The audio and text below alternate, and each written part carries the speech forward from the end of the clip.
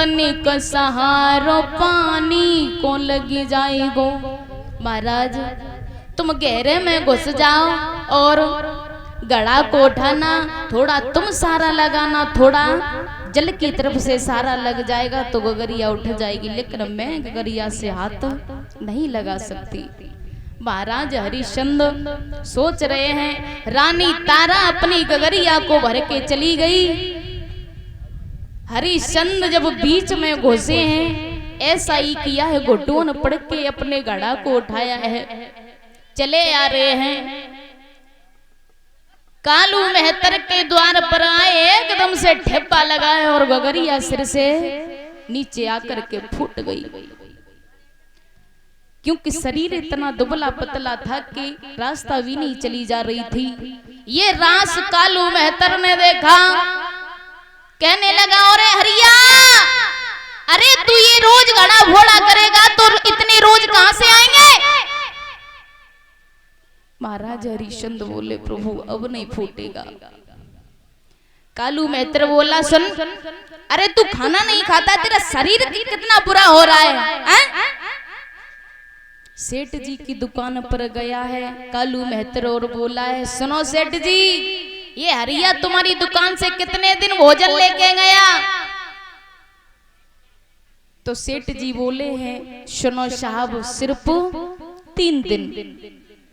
अच्छा कि हाँ। कालू मेहतर जब महाराज के पास आया, कहने लगा है, बारे हरिया, अरे तूने 3 दिन ही बस भोजन किया है, चल कोई बात नहीं, तूने इतने दिन बिगर भोजन के व्यतीत कर दिए। सुन, आज से तेरी ड्यूटी पानी भरने की नहीं बल्कि मरघट में होगी। जहां मरघट में लाश आए उसे दफनाना तेरा काम है। और सुन, बिना करका टका के तू बिल्कुल भी लाश को नहीं दफनाएगा, सुन लिया या नहीं? मेरे भैया, हाथ में कंबल दिया, एक लाठी दी है, महाराज आज मरघटिया बन गए हैं। बारे समय की किसी को पता नहीं है, पल भर में बदल जाए। एक दिन वो था वही महाराज प्रजा प्रशासन करने वाले, और कहां आज मरघट में ड्यूटी लगा रहे हैं। बारे परमात्मा, तेरी तो लीला ही न्यारी है। उधर में रानी ताना सुरमा ऋषि के घर झाड़ू पोछा करने लगी है, खाना बना रही है। एक दिन का वृतांत है, सुरमा ऋषि ने कहा है, सुनो बेटी तारा, अरे ओ तारा, अरे तेरा पुत्र कहाँ है? उससे कह दे कि आज एकादशी का व्रत है, थोड़े बगिया में चला जाए और छपरिया में फूल ले आए। मैया ने बेटा को जगाओ है और बोली है, बेटा तुम इतनी देर तक मत सोया करो, क्योंकि यहाँ हम स्वतंत्र नहीं है, परतंत्र हैं। बेटा, ब्राह्मण जी कह रहे हैं कि आप बगिया से फूल ले आओ, क्योंकि आज एकादशी का व्रत है, उनकी पूजा लेट हो रही है, इसलिए चले जाओ। पुत्र चला है, मैया से बोला है, मैया मैं तो तेरा आज्ञाकारी बेटा हूँ, और तेरी भी आज्ञा नहीं मानूंगा तो किसकी मानने जाऊंगा? मेरे पिताजी भी मुझसे छूट गए, और मैया मैं तुझको अपने से छुड़ाना नहीं चाहता हूँ। पुत्र छपरिया को हाथ में लेके चला है, बगिया में पहुंचा, फूल तोड़ तोड़ करके रख रहा है बेटा रोहितास। छपरिया तो भर गई फूलों से, लेकिन एक पुत्र को एक बड़ा सा फूल दिखाई दिया है, तो सोच रहा है कि छपरिया तो फूल बढ़ चुकी है, लेकिन इस फूल को तोड़ के ले जाऊंगा तो मेरी मैया बहुत खुश हो जाएगी। महाराज उस बड़े फूल जो खिला हुआ था, उसी बड़े फूल में आकर के विश्वामित्र काला नाग बन के बैठे हुए थे। इसी प्रकार बेटा ने जब बड़े फूल को तोड़ने के लिए हाथ बढ़ाया है, एकदम से विश्वामित्र ने बेटा को उंगली में डस लिया। बेटा जमीन पर गिर गया है और बोला है मैया मुझे बचा ले, आज मेरा कोई नहीं है माँ, मुझे कोई पानी पिला दो उस बगिया में, हो तो मुझे प्यास लग रही है। बेटा अपने मुंह को रगड़ रहा है, मैया मैया चिल्ला रहा है, पिताजी की याद आ रही है। कहाँ मेरे पिताजी और मेरी माँ मेरे दोनों आंखों से एक भी आंसू नहीं बहने देते, लेकिन आज ये क्या हो रहा है। उधर में विश्वामित्र ने काशी में जाके आवाज लगा दी है, काशी के लोगों, अरे किसी का पुत्र बगिया में फूल लेने गया, उसे काले नाग ने नस लिया है, वो मैया मैया चिल्ला रहा है, जाके देख लो किसका पुत्र है। मैया भोजन बना रही है, जब कानों में आवाज आई तो सोच रही है, अरे कन्हैया ये क्या हुआ, बगिया में तो मेरा ही पुत्र फूल लेने गया, कहीं उसे ही तो काले नाग ने नहीं डस लिया हो। मैया ने जब इतनी बात तो सुनी है, कलेजा हिल गया है, ऐसा ही नहीं है मेरे भैया।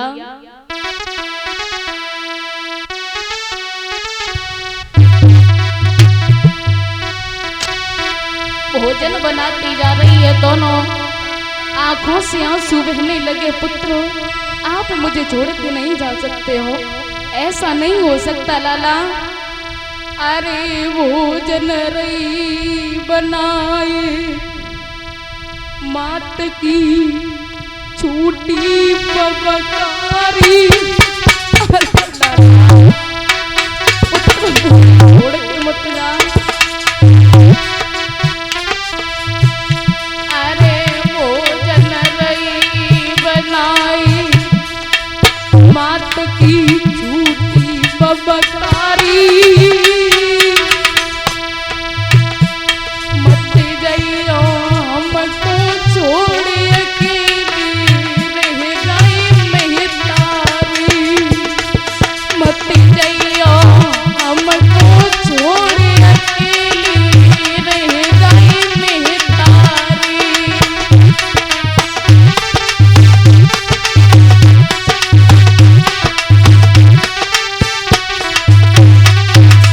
आज मैया रोती हुई भोजन को बना रही है, सोच रही है कि अगर मैं बगिया में नहीं गई तो मेरा पुत्र मुझे जिंदा नहीं पाएगा। विश्वामित्र से आज्ञा पा करके चली है वो मैया, बगिया में पहुंची है, ऐसा ही नहीं, पुत्र की जब लाश को देखा है, अपनी दोनों पैरों को पुत्र को अपनी माथे से लगाया है और चूमने लगी है। बेटा गोदी में लिटा लिया है, तू मुझे छोड़ के कहाँ चला गया, कलेजा हिल गया है मैया का।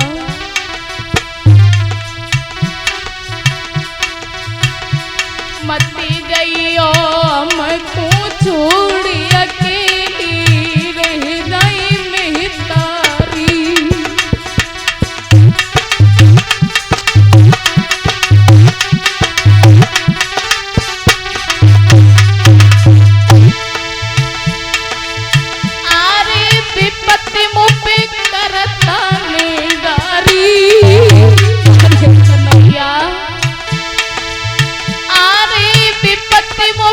करता में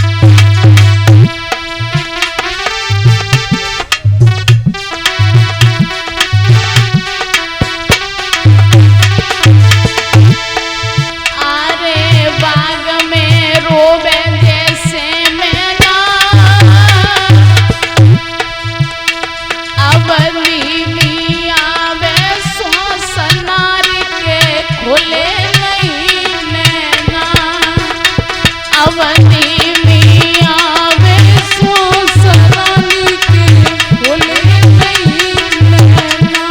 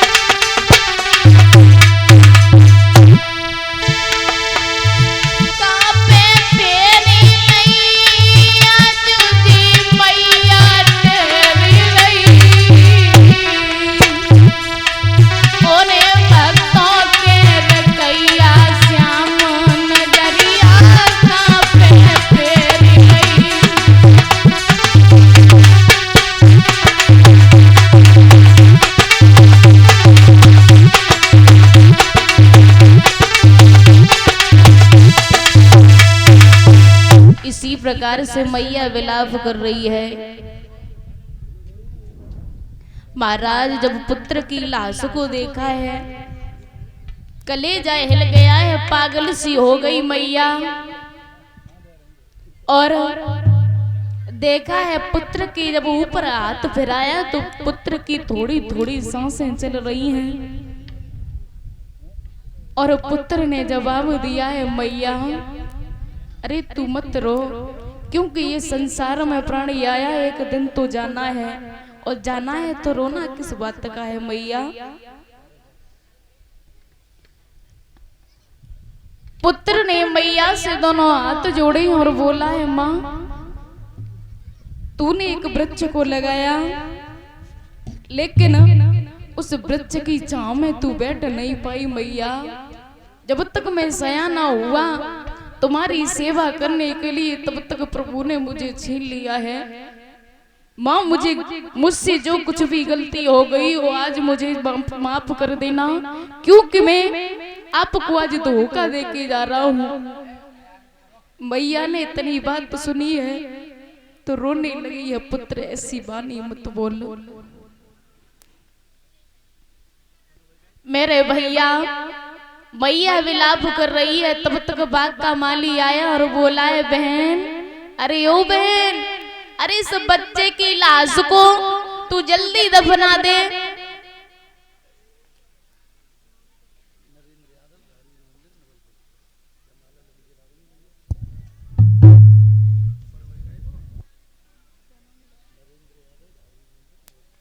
और श्रीमान नरेंद्र यादव जी और जहारवीर मंदिर नवलपुर से आए हुए हैं। हमारे गले में 101 रुपए की मुद्राओं से सम्मानित किया है, और मेरी शिष्य को भी 101 रुपए की मुद्राओं से सम्मानित किया। इसी प्रकार से और मेरे मंडल वालों को भी 10-10 रुपए से सम्मानित कर रहे हैं। भगवान से आकांक्षा करूंगी, हे विधाता आगे के लिए हमेशा हमेशा के लिए बढ़ाते रहना, यही आकांक्षा विलासा है। मैया ने जब बाग के मालिक की इतनी बात सुनी है, माली ने जवाब दिया था, बहना इस पुत्र को या तो दफना दे या गंगा मैया में बहा दे, क्योंकि इसको काले नाग ने डसा, इसकी लाश फट जाएगी। इसी प्रकार मैया सोच रही है, अब मैं क्या करूं। अपने पुत्र के ऊपर कफन डालने के लिए तो मेरे पास कुछ भी नहीं है। मैया ने अपनी आधी साड़ी को फाड़ा है और पुत्र के ऊपर कफन के रूप में डाल दिया। पुत्र के ऊपर कफन के रूप में डाला है और दोनों हाथों पर अपने पुत्र की जब लाश को जमाया है। सोचती हुई जा रही है, बारे परमपिता, ये तो काम एक पिता का करना होता है, लेकिन आज मैया को क्यों करना पड़ रहा है। आज मैया रोती हुई जा रही है।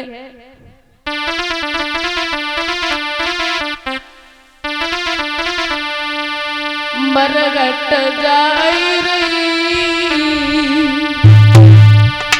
मैया ले लाश बेटा की, मरघट जाई